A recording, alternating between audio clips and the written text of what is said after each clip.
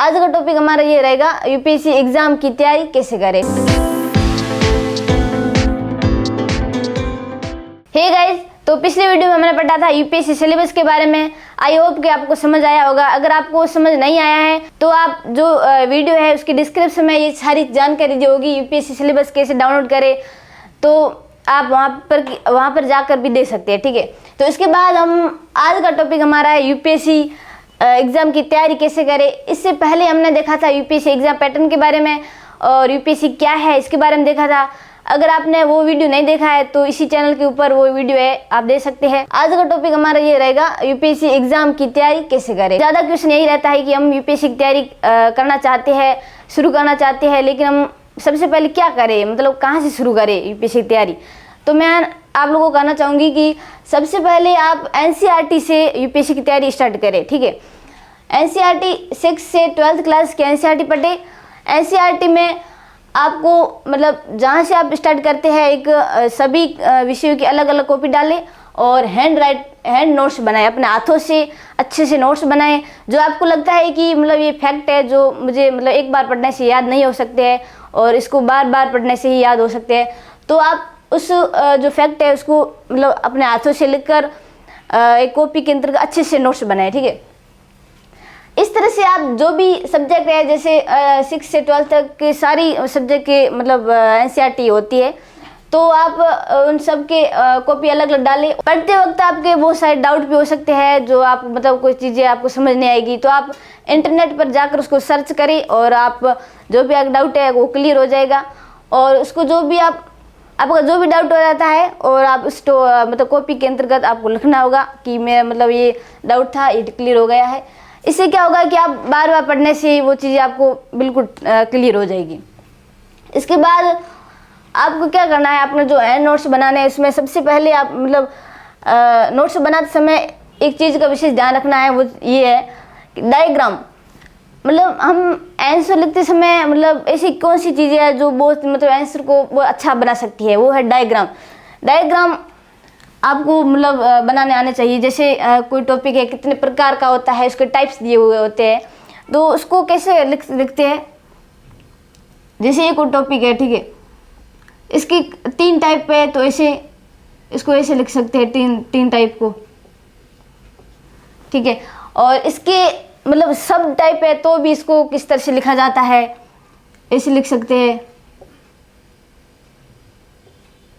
ठीक है, तो ये चीज़ें आपको आनी चाहिए। ठीक है, तो धीरे धीरे आप मतलब अपने नोट्स के अंदर डायग्राम अच्छे से आप इंक्लूड करेंगे तभी आपको ये चीज़ें आएगी। इसके बाद आप लिखते समय कोई भी मतलब इम्पोर्टेंट फैक्ट आपको छोड़ना नहीं है। जो भी आपको लगे ये अच्छा है और ये मेरे लिए मतलब एग्ज़ाम में हेल्प हो सकता है, तो आपको वो चीज़ें सारी लिखनी है। ठीक है, और आपको एनसीईआरटी बार बार पढ़ने की ज़रूरत नहीं है, आपको सिर्फ एनसीईआरटी एक बार ही पढ़नी है। एनसीईआरटी बार बार पढ़ने की ज़रूरत पड़ सकती है, लेकिन किताब को उठाकर वापस नहीं पढ़नी है। आपको जो नोट्स बने हुए आपके जो हाथ से जो आपने नोट्स बनाए हैं, उसी नोट्स को आपको वापस रिवाइज करना है। जो बुक है उसको वापस नहीं पढ़ना है, इसलिए आपको बहुत अच्छे से नोट्स बनाने हैं। तो नोट्स होते हैं अपने खुद को ही पढ़ने होते हैं, इसलिए अपने अनुसार ही नोट्स बनाने हैं, ताकि हम कितने समय बाद भी अगर वो नोट्स पढ़े तो मैं मतलब वो चीज़ें सारी क्लियर हो जाए जो हम पढ़ना चाहते हैं। उस समय जो घटनाएं पढ़ी थी वो सारी अपने माइंड में वो चीज़ें आनी चाहिए। ठीक है, इस तरह से नोट्स बनाइए।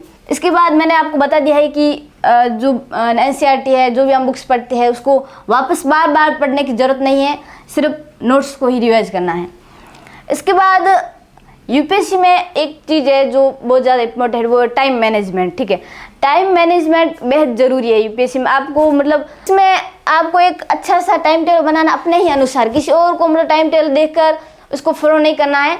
आप कितने घंटे स्टडी कर सकते हैं, आप अपने दिन में क्या क्या एक्टिविटीज़ करते हैं, उसके अनुसार ही आप एक अच्छा सा टाइम टेबल बनाएं और उसी को हमेशा फॉलो करें। जब तक आप सफल नहीं होते हैं तब तक आप उसी टाइम टेबल को ही फॉलो करें।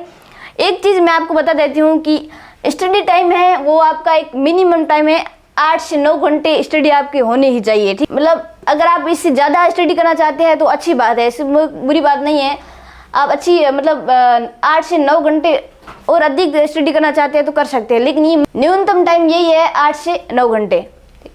इसके बाद इसमें एक और बात है कि मैथ और इंग्लिश, मैथ आती है मतलब जो प्रीलिम्स का सी-सेट होता है उसके अंदर मैथ आती है, तो मैथ और इंग्लिश आपको अभी से ही मतलब साथ साथ पढ़ते जाना है ताकि ये चीज़ें क्लियर हो जाए। मैथ और इंग्लिश आपको विशेष ध्यान रखना है इस टाइम। इसके बाद रिवीजन की बात करते हैं। रिवीजन मैंने आपको बता ही दिया है, मतलब एनसीईआरटी जब पढ़ते हैं, कोई भी बुक्स पढ़ते हैं तो पढ़ने के साथ साथ अपने हैंड नोट्स बनाने हैं और बार बार उसी नोट्स को ही रिवाइज करना है, ठीक है, हेड नोट्स को ही रिवाइज करना है, आपको बुक्स वापस नहीं पढ़नी है। इसके बाद जब आपकी प्रीलिम्स जो आप तैयारी करते हैं आप कंप्लीट हो जाती है, तो आपको क्या करना है कि एक आइडिया लेने के लिए आपको जो पिछले सालों के जो पेपर हुए उसको आपको देखना है, ठीक है, उसको पढ़ना है, उसको समझना है। इससे आपको ये आइडिया होता है कि मतलब किस तरह के प्रश्न आते हैं और हमें मतलब आपकी जो अंडरस्टैंडिंग है वो आपको बढ़ेगी, ठीक है। तो आपके जो मतलब यूपीएससी के पिछले सालों के जो पेपर है वो आपको देखने हैं। मतलब कभी कभी प्रश्न रिपीट भी हो जाता है तो आपको देखना भी नहीं है, उसको मतलब समझना है, उसको मतलब याद भी करना है, ठीक है। कभी कभी प्रश्न रिपीट भी हो जाए तो आप फायदा होगा, ठीक है। इसके बाद प्रीलिम्स में आपको मतलब कोई भी एग्जाम में प्रैक्टिस तो जरूरी है, ठीक है। तो प्रीलिम्स में आपको कम से कम 10,000 क्वेश्चन की प्रैक्टिस होनी जरूरी है, ठीक है। इसके बाद बात करते हैं मॉक टेस्ट की। मॉक टेस्ट भी आपको 70 से 80 मॉक टेस्ट भी होने चाहिए आपके। और मैंने आपको बता दिया है क्वेश्चन को समझे और रिपीटेशन होता है क्वेश्चन का तो आपको फायदा हो सकता है उससे। इसके बाद बात करते हैं करंट अफेयर्स की। करंट अफेयर्स यूपीएससी का एक महत्वपूर्ण पार्ट होता है, ठीक है। करंट अफेयर्स प्रीलिम्स में क्वेश्चन आते हैं करंट अफेयर्स के लेकर और मेंस में भी आते हैं। तो करंट अफेयर्स को लेकर आपको मतलब अभी से ही फोकस करना है करंट अफेयर्स पर। आपका सबसे ज़्यादा कुछ नहीं आता है, करंट अफेयर्स हम पढ़ना चाहते हैं लेकिन मतलब कहाँ से करें ये, तो मैं आपको बताना चाहूँगी कि जो दृष्टि की एक मतलब करंट अफेयर्स को लेकर एक वेबसाइट है, दृष्टि वेबसाइट है, उसको आप फॉलो कर सकते हैं, ठीक है। इसके बाद अगर आपकी इच्छा हो कि न्यूज़पेपर भी पढ़ना है मुझे, तो आप दैनिक जागरण का राष्ट्रीय संस्करण एक अच्छा न्यूज़पेपर है, उससे आप पढ़िए, ठीक है। अगर आपके जो एरिया है वहाँ पर ये दैनिक जागरण का राष्ट्रीय संस्करण उपलब्ध नहीं है तो आप दैनिक हिंदुस्तान, ये भी अच्छा है, आप ये भी पढ़ सकते हैं, ठीक है। और इसके बाद दृष्टि एक मंथली मैगजीन आती है, उसे भी आप फॉलो कर सकते हैं। शायद ये दोनों पढ़ने से आपको मतलब फॉलो करने से आप जो करंट अफेयर्स है वो आप क्लियर हो जाएगा। अगर बहुत ज़्यादा आपको लगता है कि न्यूज़ पर पढ़ना चाहिए, मुझे पढ़ना है, तो आप दैनिक जागरण का राष्ट्रीय संस्करण आप फॉलो कर सकते हैं। उसके बाद यूपीएससी की तैयारी करने से पहले हमें पॉजिटिव रहना बहुत ज़रूरी है। यूपीएससी को लेकर के बहुत सारे मतलब स्टूडेंट की ये दिमाग में रहता है कि यूपीएससी मतलब बहुत टफ एग्ज़ाम है और इतने मतलब हर साल इतने मतलब विद्यार्थी एग्ज़ाम देते हैं तो इतने ही कम विद्यार्थी निकल पाते हैं, तो हमारा मतलब का स्थान होगा। तो इस तरह की जो नेगेटिविटी है इस दिमाग की निकाल दीजिए। सबसे पहले यूपीएससी को लेकर के जो भी आप मतलब पॉजिटिव ही सुने और पॉजिटिव ही रखें और यूपीएससी की तैयारी को एक पॉजिटिविटी के साथ ही शुरू करें, ठीक है। इसके बाद हम बात करते हैं, ये तो थी जो यूपीएससी की तैयारी अभी स्टार्ट कर रहे हैं, जो सोच रहे हैं मतलब हम सबसे पहले क्या करें, यूपीएससी तैयारी स्टार्ट करना चाह रहे हैं, ठीक है, तो उनके लिए ये था। अब बात करते हैं कि यूपीएससी की तैयारी मतलब करते आ रहे हैं, अब एग्ज़ाम है, मतलब 3 या 4 महीने बाद उनका एग्ज़ाम है, उनके लिए मतलब मैं ये कहना चाहूँगी कि जैसे आपका प्रीलिम्स एग्ज़ाम 3 या 4 महीने बाद है आपका एग्ज़ाम, ठीक है। तो एग्ज़ाम से पहले आपको क्या करना है, बेसिक रिवीजन करना है। बेसिक रिवीजन मतलब ये हुआ कि आपने जो भी स्टैंडर्ड बुक पढ़ी है, प्रीलिम्स की तैयारी के दौरान आपने बुक्स भी पढ़ी होंगी, बहुत सारी बुक्स पढ़ी हैं, ठीक है। तो आपको क्या करना है, जो भी आपने बुक्स पढ़ी है उसका आपने नोट्स बनाए होंगे, ठीक है। तो आपको क्या करना है कि जो आपकी जो नोट्स है आपके पास उसको रिवाइज करना है।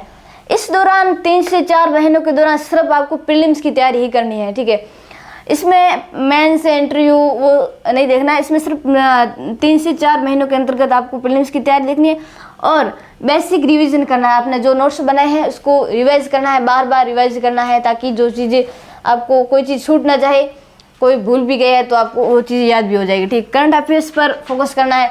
करंट अफेयर्स आप लगातार पढ़ते आ रहे हैं, ये चीज़ें फॉलो करते आ रहे हैं तो कोई दिक्कत नहीं होगी। फिर भी आप तो इसमें आप क्या करें, एक जब भी आप करंट अफेयर्स पढ़ते हैं तो एक अलग से कॉपी डालें और वो सारे नोट्स बनाएं, ठीक है।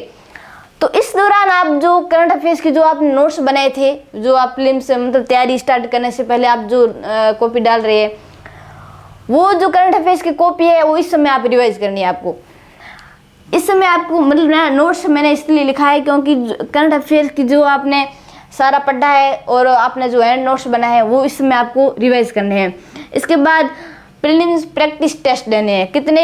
70 से 80, 70 प्लस लिखे, मतलब 70 से 80 आपको टेस्ट प्रैक्टिस टेस्ट देने जरूरी है। इसके बाद 2011 से 21 तक पेपर है वो सारे पढ़े। इस 21 में इसलिए लिखा है अगर आप 25 में एग्जाम देंगे या फिर 2024 में देंगे तो उसी के अनुसार ही आप जैसे 25 में देंगे तो 2011 से लेकर 2024 तक, अगर आप 23 में देंगे तो 2021 से 2022 तक, उसी के अनुसार ही आप मतलब जैसे आपका 2022 में एग्जाम है, ठीक है, तो आप 2011 से लेकर 2021 तक जितने भी पेपर है प्रीलिम्स के वो सारे लेकर उनको पढ़िए, उनको समझिए और मतलब उससे आपको ये आइडिया हो जाएगा कि मतलब प्रश्न मतलब किस प्रकार से आते हैं, कितने लेवल के आते हैं, वो सारे आपको पता चल जाएगा, ठीक है। और कभी कभी रिपीट भी होता है, उससे आपको फायदा मिल जाएगा। इसमें आपको सारे प्रश्न आपको याद भी करने हैं, ठीक है। इसके बाद बात करते हैं मेंस की। प्रीलिम्स एग्जाम होने के बाद 3 या 4 महीने के बाद मेंस एग्जाम होता है। इसमें प्रीलिम्स में ऑब्जेक्टिव क्वेश्चन आते हैं, मैंने आपको बता दिया था पिछली वीडियो में। ऑब्जेक्टिव क्वेश्चन आते हैं, इसमें कुछ लिखना नहीं होता है, लेकिन मेंस में लिखना होता है, इसलिए आंसर राइटिंग प्रैक्टिस बहुत ज़्यादा जरूरी है इसके अंतर्गत, ठीक है। तो मेंस एग्जाम में रिवीजन करना है आपका। रिवीजन किसका? जो आपने नोट्स बनाए हैं उसका रिवीजन करना है। इसके बाद प्रीलिम्स में भी प्रीलिम्स एग्जाम जो प्रैक्टिस जो पेपर है उनका टेस्ट देना है और मेंस में भी प्रैक्टिस टेस्ट देना है। कितने देने हैं? 40 प्लस, 40 से ज़्यादा ही हो सकते, 40 से ज़्यादा ही दे, ठीक है। इसके बाद ऐसे की बात करते हैं। ऐसे एक मतलब 10 ऐसे टॉपिक अच्छे से टॉपिक लीजिए और उसको मतलब अच्छे से तैयार कीजिए। इससे आपका ये नहीं होता है कि मतलब वही टॉपिक यूपीएससी एग्जाम आ सकते हैं, ये नहीं होता है। उससे आपका ये होगा कि जो दिमाग की सोचने की जो क्षमता है वो आपकी डेवलप होगी, ठीक है। इसके बाद बात करते हैं ऑप्शनल सब्जेक्ट। ऑप्शनल सब्जेक्ट को लेकर आप लोगों का सबसे ज़्यादा क्वेश्चन ये होता है कि हम उसको चूज कैसे करें, मतलब इसमें कंफ्यूजन रहता है। तो आपको बता दें कि एक ऐसी सब्जेक्ट को चुने जो आपकी ग्रेजुएशन में भी हो। ये ज़रूरी नहीं है कि वो सब्जेक्ट ग्रेजुएशन में होनी चाहिए और आपको यूपीएससी में जो ऑप्शनल सब्जेक्ट के तौर पर लेने चाहिए, जरूर नहीं है, लेकिन आपके अगर ग्रेजुएशन में एक सब्जेक्ट है तो अच्छा रहेगा, ठीक है। तो आप ऐसी सब्जेक्ट चुने जो आप ग्रेजुएशन में भी है और उस सब्जेक्ट में आपका इंटरेस्ट भी है। क्या देखते हैं कि मतलब फर्स्ट रैंक आती है, फिर सेकंड रैंक आती है, उनकी जो भी मतलब ऑप्शन सब्जेक्ट तो हम ले जाते हैं, लेकिन हमारा उसके अंतर्गत इंटरेस्ट नहीं है तो हमें कोई फ़ायदा नहीं होगा। हमें वही लेनी है जो जिसमें हमारा इंटरेस्ट है। एक चीज़ और ध्यान रखनी है कि मतलब पिछले कुछ सालों में उसका मतलब उस सब्जेक्ट का स्कोर क्या रहा है, ठीक है, वही चुननी है जिसमें पिछले कुछ सालों में स्कोर अच्छा रहा है, ठीक है। ये सारी चीज़ें उस पर जो लागू होती है वही सब्जेक्ट आपको लेनी है, ठीक है। और जीएस में भी हेल्पफुल होनी चाहिए। तो वापस बता देती हूँ आपको, जो ऐसी सब्जेक्ट चुनिए जो ग्रेजुएशन में भी वो, ठीक है, और इसमें आपका इंटरेस्ट भी हो और स्कोर भी अच्छा हो उसका, और इसके बाद जीएस में भी हेल्पफुल हो। ये 4 चीज़ें आपको अगर ये ध्यान में रखेंगे तो आपको सब अच्छी से आप चुन लेंगे, ठीक है। इसके बाद आपको मतलब ये तो ऑप्शन सब्जेक्ट की मतलब चूज कैसे करें उसकी बात थी। इसके बाद बात करते हैं कि मतलब जो मेंस एग्जाम होता है इसमें क्या होता है, इसमें लिखना पड़ता है। मेंस का एग्जाम 3 घंटों का होता है, एक पेपर 3 घंटों का होता है, ठीक है। एक जो प्रश्न होता है उसको 9 मिनट के समथिंग टाइम मिलता है। जब हम प्रश्न को तो पेपर को जैसे खोलते हैं तो प्रश्न को हम पढ़ते हैं, उसको समझते हैं, ठीक है। तो जिसमें मतलब समझने में भी कम से कम 1 मिनट तो चला ही जाता है, तो पीछे 8 मिनट बचे, ठीक है। तो हमें 8 मिनट के अंतर्गत 240 शब्द लिखने होते हैं जो बहुत ज़्यादा होते हैं, इसलिए मेंस में आंसर राइटिंग प्रैक्टिस बहुत ज़्यादा जरूरी है। आंसर राइटिंग प्रैक्टिस आपकी कहाँ से मतलब डेवलप हो सकती है, वो होगी जहाँ से मतलब आप एनसीईआरटी पढ़ते हैं, जो भी आप स्टैंडर्ड बुक पढ़ते हैं, उसमें जो आपकी मतलब आप जो हैंड राइटिंग बनाएंगे, जो आप हैंड नोट्स बनाएंगे, उसके अंतर्गत आपकी जो आंसर राइटिंग प्रैक्टिस है वो आपकी डेवलप होगी, ठीक है। तो आप कोशिश यही कीजिए कि अच्छे से राइटिंग जमानी है, और अगर आप पहले से आप धीरे धीरे लिखना स्टार्ट करते हैं, मतलब अच्छी राइटिंग बनाते तो कोई बात नहीं, ठीक है। धीरे धीरे टाइम जैसे जाएगा तो आप मतलब अच्छी से आपकी राइटिंग हो जाएगी। तो 8 मिनट के अंतर्गत आपको 240 शब्द लिखने होते हैं, और इसमें मतलब आपकी अशुद्धि बिल्कुल नहीं होनी चाहिए, और answer writing practice, hand writing अच्छी होनी चाहिए। अगर आपकी हैंड राइटिंग अच्छी है तो मतलब 25% सक्सेस की मतलब होता है, इसमें 25% सक्सेस की गारंटी होती है। मतलब उसके बाद स्पीड बढ़ाए। स्पीड तो आप जैसे लिखने से ही बढ़ा सकते हैं, जब जैसे आंसर राइटिंग प्रैक्टिस करते हैं उससे आपकी मतलब स्पीड भी बढ़ती है। और आंसर को सुंदर कैसे बनाएं? आंसर को सुंदर मैंने बता दिया आपको। डायग्राम बनाना सीखे और इम्पोर्टेंट फैक्ट लिखना सीखे और स्पीड राइटिंग अच्छी बनाना सीखे, स्पीड बढ़ाए। इससे आप अपने आंसर को बेहतर बना सकते हैं। डाटा इंक्लूड करें, फैक्ट अच्छे से उसके अंतर्गत लिखे। इसके बाद मैप 3 मैप आपको आने ज़रूरी है। भारत का मैप आना ज़रूरी है। जब भी आप आंसर लिखते हैं, कम से कम मतलब यूपीएससी जब भी एग्ज़ाम जो भी मतलब आंसर लिखते हैं तो उस समय आपको मतलब भारत का कम से कम 3 बार तो मैप्स आप बना लीजिए, जिससे आपको फायदा रहेगा, मतलब ज़्यादा अंक मिल सकते हैं। अब भारत का और विश्व का मैप आपको आना ज़रूरी है, ठीक है। इसके बाद बात करते हैं हम मतलब ऐसे के बारे में थोड़ी बहुत बात कर लेते हैं। ऐसे के लिए आपको एक अभी से ही एक नई कॉपी डालनी है ऐसे के लिए अलग से। उसमें आपको क्या करना है, जब भी आप पढ़ते हैं तो कोट आते हैं अच्छे से लिखे हुए, आते ही है, मतलब जब भी पढ़ते हैं तो कोट आते ही है। तो उस कोट को एक जो ऐसे की कॉपी आपने अलग डाली है उसके अंतर्गत लिखना है। कोट को इम्पोर्टेंट कोई किसी की बुक्स आती है, ठीक है, उसको लिखना है। या फिर अच्छे फैक्ट आते हैं जो आपको लगे कि हाँ ये ऐसे में अगर मैं लिखूंगी या लिखेंगे तो आप मतलब अच्छे ऐसे को अच्छे बना सकते हैं। तो फैक्ट को लिखेंगे, श्लोक, शायरी और ये चीज़ें आप मतलब उसके अंतर्गत लिख सकते हैं। इसके बाद आपको ऐसे की टेस्ट प्रैक्टिस भी करनी है। जैसा कि मैंने आपको बताया ऐसे में 10 ऐसे मतलब टॉपिक है जो बहुत अच्छे से तैयार करने हैं। इससे आपको मतलब जो आपका माइंड सेट है वो आपका डेवलप होगा। इसके बाद बात करते हैं इंटरव्यू की। इंटरव्यू की तैयारी किस प्रकार से करें। इंटरव्यू में आपको ये चीज़ ध्यान रखनी है कि वहाँ पर आपका जो नॉलेज है वो चेक नहीं होता है, ज्ञान चेक नहीं होता है, वहाँ पर आपकी व्यक्तित्व की जाँच होती है, ठीक है।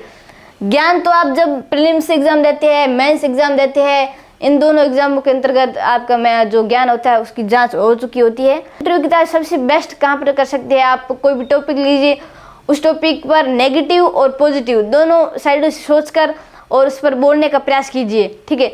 इससे आपके बोलने की जो टेक्निक है वो अच्छी होगी और आपकी जो मतलब दोनों साइड जैसे पॉजिटिव और नेगेटिव दोनों पक्ष से आप सोचेंगे तो भी आपका जो माइंड सेट है वो डेवलप होगा, ठीक है। इसके बाद वहाँ पर ईमानदारी, सहनशीलता देखी जाती है, ठीक है। तो हमें मतलब डेली लाइफ में ईमानदार और सहनशील वैसे रहना ही है, तो इसमें तो कोई बड़ी बात है नहीं।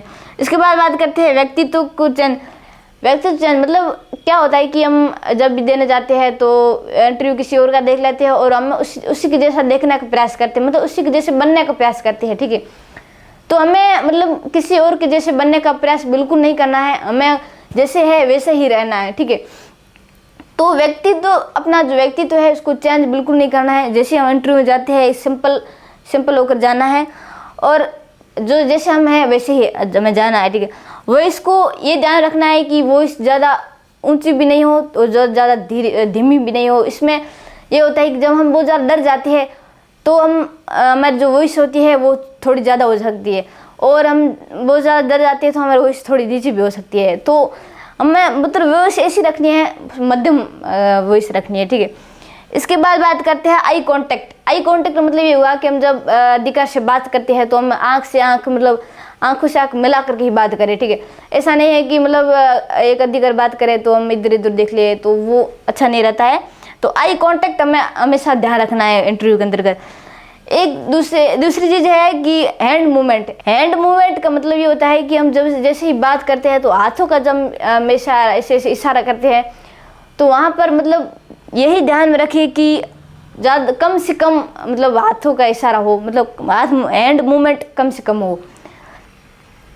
और इसके बाद आपको ज़्यादा से ज़्यादा मतलब आपका जो इंटरव्यू होता है उससे पहले आप ज़्यादा से ज़्यादा मॉक इंटरव्यू दीजिए, इससे आपको बहुत ज़्यादा फायदा हो सकता है। ज़्यादा से ज़्यादा आप मॉक इंटरव्यू दीजिए। सेल्फ कॉन्फिडेंस तो होना ही चाहिए, ठीक है।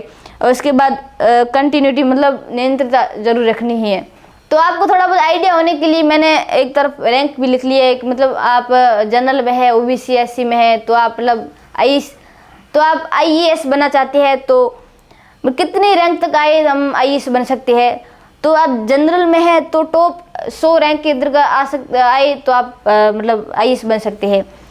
इसके बाद ओबीसी में 300 रैंक के अंतर्गत, ईडब्ल्यूएस में टॉप 400 के अंतर्गत और एससी एसटी में 450 समथिंग होता ही है। अगर आप टॉप 450 के अंतर्गत आ जाते हैं और आपकी कैटेगरी SC है या ST है तो आप प्रॉपर IAS बन सकते हैं। तो आपका सबसे पहले ये क्वेश्चन था कि मतलब सिलेबस को लेकर हम सिलेबस कहाँ से डाउनलोड करें। तो कल हमने सिलेबस को लेकर एक वीडियो डाल दिया है, तो आपने वो शायद देख लिया होगा और आपने डाउनलोड भी कर लिया होगा सिलेबस। तो ये था आज का एपिसोड। तो आज का एपिसोड यही खत्म करते हैं, मिलते हैं आपसे अगले एपिसोड में।